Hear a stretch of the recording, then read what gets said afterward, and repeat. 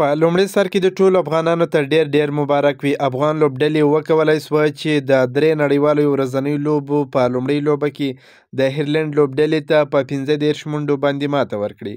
افغان لوبډلې واقعاً په دواړو برخو کې زبردسته ښکلې لوبه ترسره کړه. پیچ د بیټسمنانو لپاره جوړ و. د بیټسمنانو سره ډیره زیاته مرسته کول چې افغان لوبډلې هم یو ډیر زبردسته هدف د هیرلند لوبډلې ته وټاکي او هیرلندي لوبډله بیا په پوره کولو کې ناتوانه سول. افغان لوبډله بریالۍ سول. افغان لوبډله د مسلسل ماتو وروسته وتوانېدل چې د هیرلند لوبډلې ته په لومړۍ نړیواله ورځنۍ لوبه کې ماته ورکړي. د دې لوبې په پیل کې ارلنډ د لوبې پچه وګټل، په خپله د توپ اچونې پرېکړه وکړه. افغان لوبډلې په ټاکل سوو 50 اورونو کې د 15 لوبغاړو په سوځېدو سره 311 منډې هدف وټاکي. د افغانستان لپاره اوپننګ نن یو ځل بیا ډیر ښه وځلېدی. ابراهیم ځدران او رحمان الله ګربز غوره پارټنرشپ ترسره کړ او د افغانستان په بریا کې ډیر مهم رول ولوبوي. رحمان الله ګربز 121 منډې جوړې کړې او خپله 6مه سلیزه یې ترلاسه کړه. ابراهیم ځدران بیا 60 منډې جوړې کړې. ورپسې عظمت عمرزي 19 منډې جوړې کړې او محمد نبي ساحل بیا 40 چټکې منډې جوړې کړې. رحمت شاه 2 منډې جوړې کړې.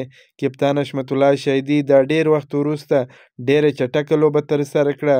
د یو فینیشر په توګه په لوبه کې راڅرګند سو او 50 ناسوځېدلې چټکې منډې جوړې کړې. کله چې ارلنډ لوبډلې لومړی توپخانه پیل کړل نو فضل حق فاروقي او عظمت الله عمرزي د یادې لوبډلې 3 لوبغاړي ډیر ژر وسوځول او تمه کېدل چې افغان لوبډله به د ایرلند لوبډله په 200 منډو کې راګیر کړي. خو د ارلنډ لوبډلې لپاره بیا ټیکټور او ټکر بهترینه په زړه پورې ملګرتیا ترسره کړه او ډیره غوره لوبه یې ترسره کړه او داسې انګیرل کېده چې دغه دواړه لوبغاړي به خپله لوبډله بریا ته ورسوي.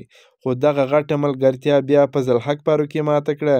دغه څخه وروسته بیا نور احمد لکنوال ویکټه ترلاسه کړه، بیا هم فضل حق فاروقي ویکټه ترلاسه کړه، بیا عظمت الله عمرزي ویکټه ترلاسه کړه. د نور احمد ویکټه هم ډیره زیاته مهمه وه ځکه چې ډاکرل هم یو ډیر فینیشر لوبغاړی دی، ډیر هیټینګ کوي او ننګیالي خروټي د ډاکرل یو بهترینه کیچ ترلاسه کړ، ډیر خطرناکه کیچ ترلاسه کړ. واقعاً کیچونه میچونه ګټي او دغه کیچ لوبه راوګرځول. بیا نو د هیرلند لوبډلې لپاره بل لوبغاړی ونه توانېدی چې لوبه مخته یوسي. د افغان لوبډلې لپاره فضل حق فاروقي 4 ویکټې ترلاسه کړې، عظمت الله عمرزي 2 ویکټې ترلاسه کړې، ګلبدین نایب او نور احمد لکنوال 1 ویکټه ترلاسه کړه. اعلی محمد غضنفر چې په لومړۍ لوبه کې چانس ورکړل سوی و په 6 اورونو کې 34 منډې ورکړې، کومه ویکټه یې ترلاسه نه کړه. په دې هیله چې په راتلونکو لوبو کې هم یاد لوبغاړي او نورو ځوانانو ته هم چانس ورکړل سي.